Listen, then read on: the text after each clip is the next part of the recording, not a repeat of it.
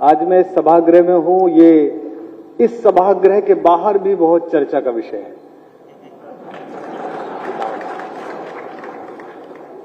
परसों जब से इसका पोस्टर बाहर गया है, दिल्ली के पत्रकारों को, अन्य दलों के बहुत सारे लोगों को बड़ी चिंता हुई कि मैं लखनऊ क्यों जा रहा हूं और अखिलेश यादव जी के बगल में बैठना है, प्रोफेसर साहब की किताब का विमोचन करना है। तो एक वरिष्ठ पत्रकार ने मुझसे पूछा कि ये कुछ अजीब नहीं है। मैंने उनसे कहा कि होता तो यही रहा था लोकतंत्र में, इन दिनों कुछ अजीब हो रहा है कि आसपास नहीं बैठ रहे हैं। आदरणीय मुलायम सिंह जी मंच पर हैं। हम उत्तर प्रदेश के लोग जब बाहर जाते हैं तो मुझसे अक्सर राजस्थान, मध्य प्रदेश के, बंबई के नेता पूछते हैं कि मुलायम सिंह जी की क्या स्थिति है, अभी क्या स्थिति है नेताओं में। तो मैं उनसे अक्सर कहता हूं कि आप अलग पार्टी में हो सकते हैं, अलग विचार में हो सकते हैं।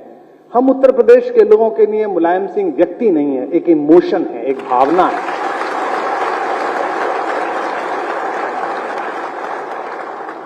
आप उनकी वैचारिकी से सहमत असहमत हो सकते हैं, उन्होंने जो निर्णय लिए उनसे सहमत असहमत हो सकते हैं, लेकिन जैसे आज लोग चर्चा करते हैं, मैं अपने बुजुर्गों के पास जब गांव में बैठता हूं तो चर्चा करते हैं कि नेहरू जी ये कहते थे, अटल जी ये कहते थे, इंदिरा जी ने ये कहा था, हमने लोहिया के साथ काम किया था। आप सब लोग इस हॉल में बैठे हुए जो आज बैठे हैं, जो देख रहे हैं, मैं ये जानता हूं कि आने वाले वर्षों में, आने वाली शताब्दियों में हम और आप इस बात पर जरूर चर्चा करेंगे, हमारी संतति जरूर चर्चा करेंगी कि हम उस समय में राजनीति देख रहे थे जब उत्तर प्रदेश में मुलायम सिंह थे, तो मुलायम सिंह राजनीति कर रहे थे। आज सामने सुनने वालों का जो मजमा है, जो फहरिस्त है, उससे लेकर ऊपर तक ये बात सिद्ध होती है कि लोकतंत्र की सच्ची खुशबू ही ये है कि हम राजनीति के पार भी देखना सीखें। मैंने इस सूची को देखा जिसमें महनीय लोग बैठे हैं, जिसमें मंचों पर मेरे आशीर्वाद दाता और हिंदी की कविता पीठिका के कुलपति आदरणीय उदय प्रताप जी के सानिध्य में बैठने का सौभाग्य मुझे आज मिला। मैंने सूची देखते ही हेमंत जी से कहा एक कमी इसमें दिख रही है, तो उन्होंने कहा क्या? मैंने कहा उत्तर प्रदेश में चुनाव चल रहा है, शायद इसलिए ये कमी पूरी ना हो पाई होगी।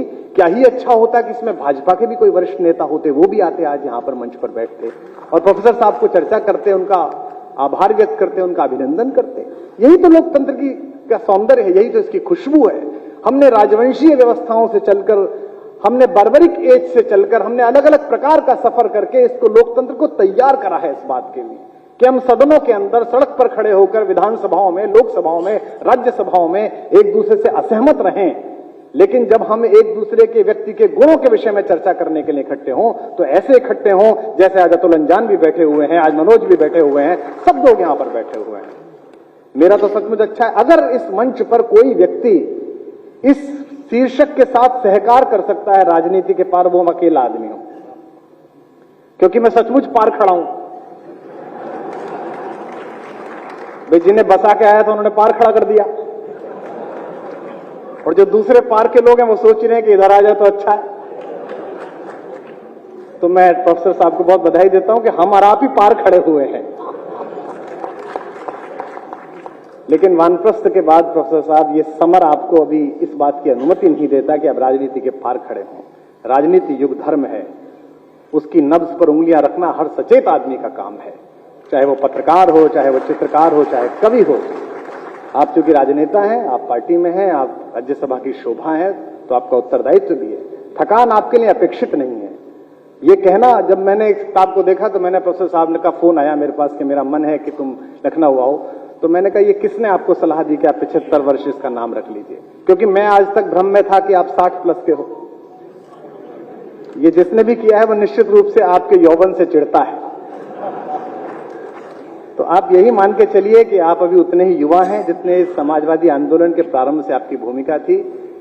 अखिलेश यादव यहां पर हैं, उनके विषय में बड़े सारी टिप्पणियां उनसे सम्मोहित यहां वक्ताओं ने की है, लेकिन मैं उनसे इतना ही कहता हूं कि आप संघर्ष करिए, आप लड़िए।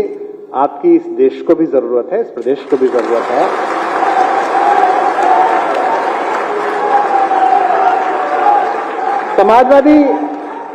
समाजवादी परिवार की एक विशेषता है, इस परिवार की एक विशेषता है, क्योंकि मैं मंच का कवि हूं तो मेरा एक छोटा सा लोभ भी ये है कि हम हिंदी कवि सम्मेलनीय कवियों के लिए, हिंदी के साहित्यकारों के लिए जो सबसे अप्रोचेबल चीज होती है, सबसे ज्यादा आराम से जिनसे कह सकते हैं, कोई बात सुन सकते हैं, वो समाजवादी परिवार रहा। दिवंगत नीरज जी से लेकर हमारे प्रिय मित्र, मुझे आज भी याद है, मैं अमेरिका में था और हमारे एक बहुत ही योग्य गीतकार लखनऊ के थे, देवल आशीष, उनको एक समस्या हुई। आधी रात फोन करने पर, उस समय अखिलेश जी मुख्यमंत्री थे यहाँ पर, तुरंत व्यवस्था हुई, उनका उपचार हुआ, हमने बचा नहीं। इस समय एक ऐसी स्थिति में है जहां थोड़े से ताप को कम हो जाना जरूरी है, गुस्से का थोड़ा कम हो जाना बहुत जरूरी है। और ये जो कुछ भी चल रहा है और जिससे भी मैं और आप चिंतित हैं, इस हॉल में बैठे हुए लोग, समाजवादियों से अलग अगर कुछ लोग बैठे हों तो उनको भी मैं विशेष रूप से कहना चाहता हूं, मंच पर भी हैं और नीचे भी अन्य पार्टियों के लोग बैठे हैं। इस मुल्क की मिट्टी की तासीर है कि ये नफरत का बीज ज्यादा दिन सहन नहीं करती। यहां मोहब्बत का बीज ही चलता है, यहां प्रेम का बीज ही चलता है। एक दूसरे की बात सुनी जाए, एक दूसरे की बात कही जाए। तुम ही तुम हो तो क्या तुम हो, हम ही हम है तो क्या हम हैं। ये जो संवाद हमारे यहां समाप्त हुआ है, इसकी चिंता करना ये भारत के गणतंत्र ने सिखाया है। प्रोफेसर साहब की पुस्तक में मैंने देखा, विशेष रूप से ये मुझे पर्ची दी गई है और ये चूंकि प्रमोद तिवारी जी के लेटर पैड पर है, उनकी छोटी सी पर्ची पर है, जिसमें कहा गया 4 लाइन भी सुना देना। मैं राजनीति से बाहर आया हूं, पर इतना मूर्ख भी नहीं हूं कि बिना पेमेंट कुछ करूं।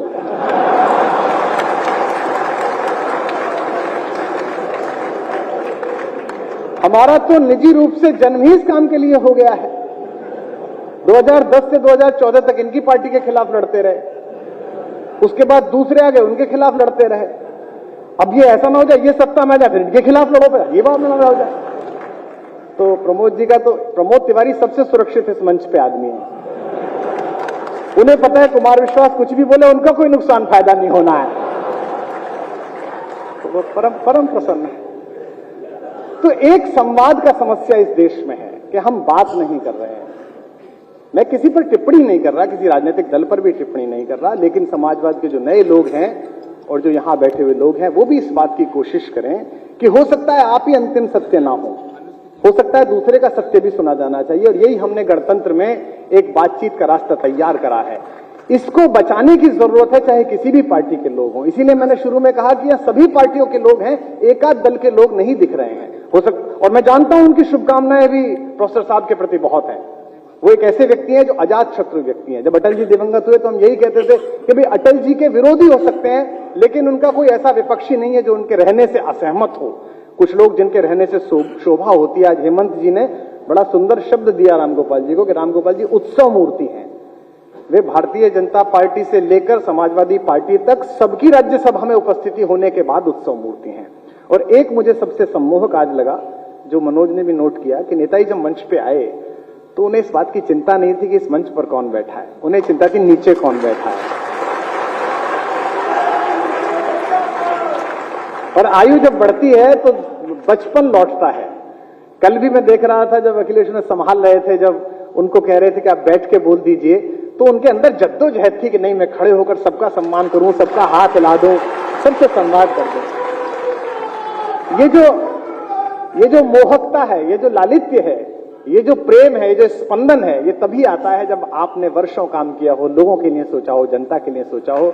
मैं इस पुण्य अवसर पर बहुत बहुत शुभकामनाएं देता हूं। मैं इस मंच पर एक केवल प्रियवर हमारे जो मनोज है, इनके अतिरिक्त सबसे आयु में छोटा हूं, इसलिए मैं केवल शुभकामनाएं ही दे सकता हूं। मैं अपने स्वस्थ वाचन आपके लिए दे सकता हूं प्रोफेसर साहब, क्योंकि मेरा और आपका कार्य भी एक है। मैं भी विश्वविद्यालय सेवा में रहा, 17 वर्ष मैंने पढ़ाया, आपने भी पढ़ाया।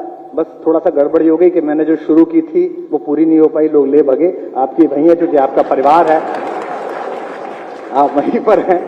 तो और प्रोफेसर साहब कविताओं में भी रुचि रखते हैं, और सबसे अच्छी बात है कि हम उनसे कह लेते हैं। मैं अन्य दलों के लोगों से भी कहता हूं। कल रात्रि में एक परसों कार्यक्रम में था, वहां एक प्रदेश के मुख्यमंत्री बैठे थे। मैंने उनसे भी कहा था कि कवियों को सुनना सीखिए, कवियों को सहना सीखिए, क्योंकि जिन्होंने हमें सुनना अस्वीकार कर दिया था वो आज किसी को सुनाने लायक नहीं बचे हैं। दिल्ली में है मामला, ऐसा स्थिति है। तो सुनना सीखिए, ताकि लोग, आप कई बार सत्ता अहंकार देती है, सत्ता आपको गुरूर देती है। जब आप इससे नीचे उतरते हैं तब आपको पता चलता है। छत्तीसगढ़ में मैं एक मंत्री महोदय के साथ यात्रा कर रहा था चुनाव से 2 महीने पहले, तो मुझसे बोले कि क्या हाल है, तो मैंने कहा जमीन हिल रही है, नहीं जीतेंगे। उन्होंने मानी नहीं, चूंकि हवा में थे वो। थोड़े दिन बाद सचमुच हिल गई और फिर नीचे आ गए। तो आज आप संघर्ष के पथ पर हैं और आपको राजपथ तक पहुंचना है। इसके लिए आवश्यक है कि आप इस मंच पर बैठे हुए जो 4 महत्वपूर्ण लोग हैं, इनमें आपके पास कविवर उदय प्रताप जी जैसी चिंतना होनी चाहिए, आपके पास मुलायम सिंह यादव जी जैसा संघर्ष होना चाहिए, आपके पास प्रोफेसर राम गोपाल जी जैसी योजना होनी चाहिए और आपके पास अखिलेश यादव जैसा उत्साह होना चाहिए, तब जाकर आप तो मेरी शुभकामनाएं प्रोफेसर साहब को हैं। मुझे कहा गया है कि मैं लाइनें सुना दूं और ये प्रमोद तिवारी जी का आदेश है और ये कांग्रेसी लोग हैं, ये मान अपमान भूलते नहीं है, मुझे पता है।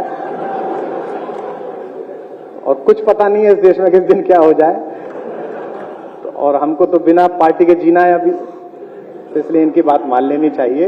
और वैसे भी बेचारे ये और हम 2 ही ब्राह्मण है, कौन सुन रहा है हमारी, तो हम एक दूसरे की सुन लेते हैं थोड़ा सा, एक दिन ऐसा भी है। निवेदन करता। हाँ, अब ये है हमारा छोटा भाई, ये भी मौजूद है। तू तो अब समाजवादी हो गया है पूरा पक्का वाला। प्रोफेसर साहब ने 75 वर्ष बिताए हैं। मैं एक छोटा सा गीत आपको सुना देता हूं। जब आप सार्वजनिक जीवन में होते हैं, जब आप राजनीतिक जीवन में होते हैं, तो जो लोग आपको मिलते हैं उनके विषय में आपको पता नहीं होता है कि ये शत्रु हैं या मित्र हैं। इसमें कई बार धोखा खा जाते हैं। मैं भोगा हुआ बता रहा हूं, मुझे भी नहीं पता था। तो आपको पता नहीं चलता है कि लोगों का रास्ता क्या है, लोग आपको प्रयोग कर रहे हैं या आप उन्हें प्रयोग कर रहे हैं। धीमे धीमे राजनीति सिखाती है, अनुभव सिखाता है। तो मैंने एक गीत लिखा था उस अनुभव पर, छोटा सा गीत है, सुन लीजिए। अवसर नहीं है लेकिन इच्छा है, सबका मन है, तो मैं प्रोफेसर साहब आपके लिए विशेष रूप से सुना देता हूं, सुनिएगा। और ये उनके तो जीवन का सार है, प्रोफेसर राम गोपाल जी के, और हमारे जो युवा नेता हैं अखिलेश जी, उनके काम आएगा ये। कि इतनी रंग बिरंगी ही दुनिया, इतनी रंग बिरंगी ही दुनिया, 2 आंखों में कैसे आए। इतनी रंग बिरंगी ही दुनिया 2 आंखों में कैसे आए। हमसे पूछो इतने अनुभव एक कंठ से कैसे गाए। इतनी रंग बिरंगी, तालियां ही पेमेंट हैं, ध्यान रखिएगा। इतनी रंग बिरंगी ही दुनिया। 2 हमारे गुरु डॉक्टर कुंवर बेचैन साहब दिवंगत हो गए कोरोना में, उनका एक शेर था, मैं फिर वहीं लौट आया। मुझे उस दृश्य ने बड़ा अभिभूत किया, कल भी अभिभूत किया, जब नेताजी जनता से कह रहे थे कि आप मनाओ बर्थडे, मैं आपकी बर्थडे में आऊंगा। बड़प्पन पदों से नहीं होता, बड़प्पन अंदर होता है। कुंवर जी का शेर है कि मैं कई बड़े लोगों की नीचाई से वाकिफ हूं, और मैं तो हूं ही। मैं कई बड़े लोगों की नीचाई से वाकिफ हूं, बहुत मुश्किल है दुनिया में बड़े होकर बड़ा होना, तब कह रहा हूं कि इतनी रंग बिरंगी ही दुनिया। सुनिएगा बंद, एक एक पंक्ति पर आपको एक चेहरा याद आएगा, पार्टी में काम करता हुआ, सदन में काम करता हुआ, इधर से उधर दूसरे दलों में आता जाता, अगर याद आए तो वहां करना हो। इतनी रंग बिरंगी ही दुनिया, ऐसे उजले लोग मिले, ऐसे उजले लोग मिले, जो अंदर से बेहद काले थे। ऐसे उजले लोग मिले जो अंदर से बेहद काले थे। ऐसे चतुर मिले जो मन से सहज सरल भोले भाले थे। ऐसे चतुर मिले जो मन से सहज सरल भोले भाले थे। ऐसे धनी मिले जो कंगालों से भी ज्यादा रीते थे। ऐसे धनी मिले जो, अभी ये चुनाव चल रहा है, आपको धन का संकट है, अभी सत्ता आ जाए, धन का संकट, आप देखना क्या स्थिति हो जाएगी। ये ऐसे धनी मिले जो कंगालों से भी ज्यादा रीते थे। ऐसे मिले फकीर जो सोने के घट में पानी पीते थे। ऐसे मिले फकीर जो सोने के घट में पानी पीते थे। इस पंक्ति का सौंदर्य समझें। आप तो कवि सम्मेलनों के श्रोता रहे हैं, उदय प्रताप जी के कारण, नेताजी के कारण, अखिलेश जी के कारण आपने बहुत कवि सम्मेलन सुने, तो इसका सार समझे और मुझे दाद दें। ऐसे मिले फकीर जो सोने के घट में पानी पीते थे। मिले पराएपन से अपने, मिले पराएपन से अपने अपनेपन से मिले पराए। हमसे पूछो इतने अनुभव एक कंठ से कैसे गाए। इतनी रंग बिरंगी ही दुनिया। आखिरी बंद सुनिए, अंबिका जी और हमारे माँ। इंडिया में बलिया गया था तो एक कभी धोखे में आ गया। उसने कहा गया कि अंबिका के निमंत्रण पर जाना है तो आदमी निकला है यहां पर। हमसे पूछो इतने अनुभव एक कंठ से कैसे। अब ये समझिएगा मैं कहां बोल रहा हूं, बोलूंगा नहीं, आप अर्थ समझिए।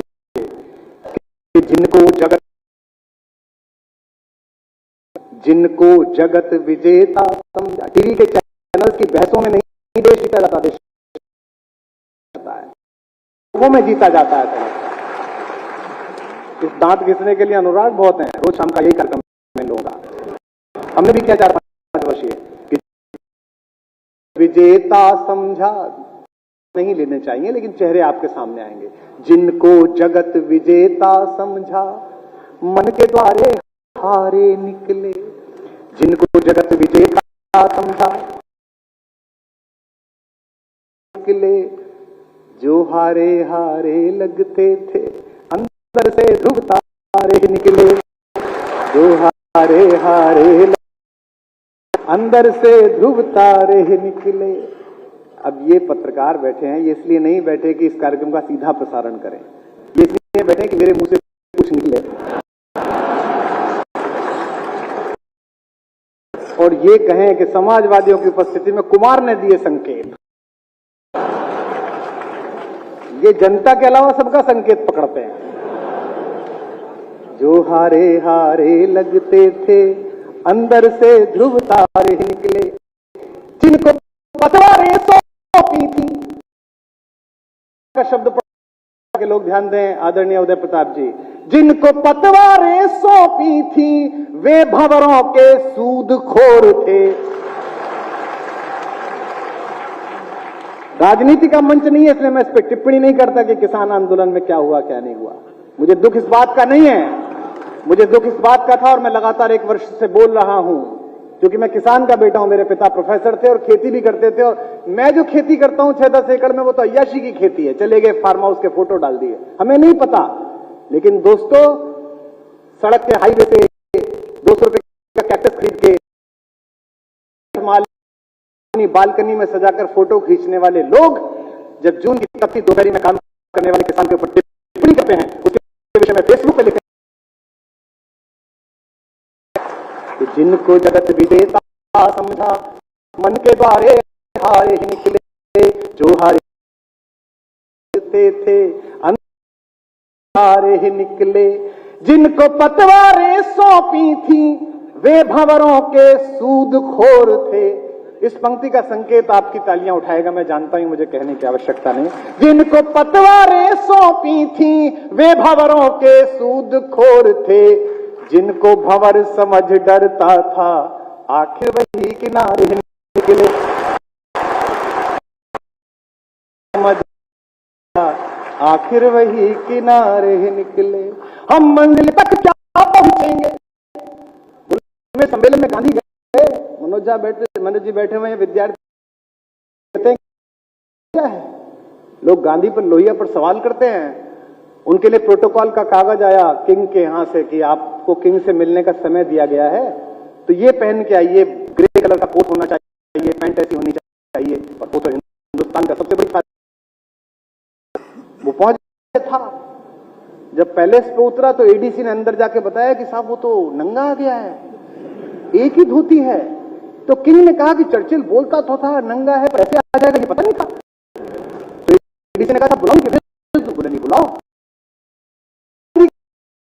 गांधी की हिम्मत क्या है। मैं नेताजी की उपस्थिति में यह बात कह रहा हूं।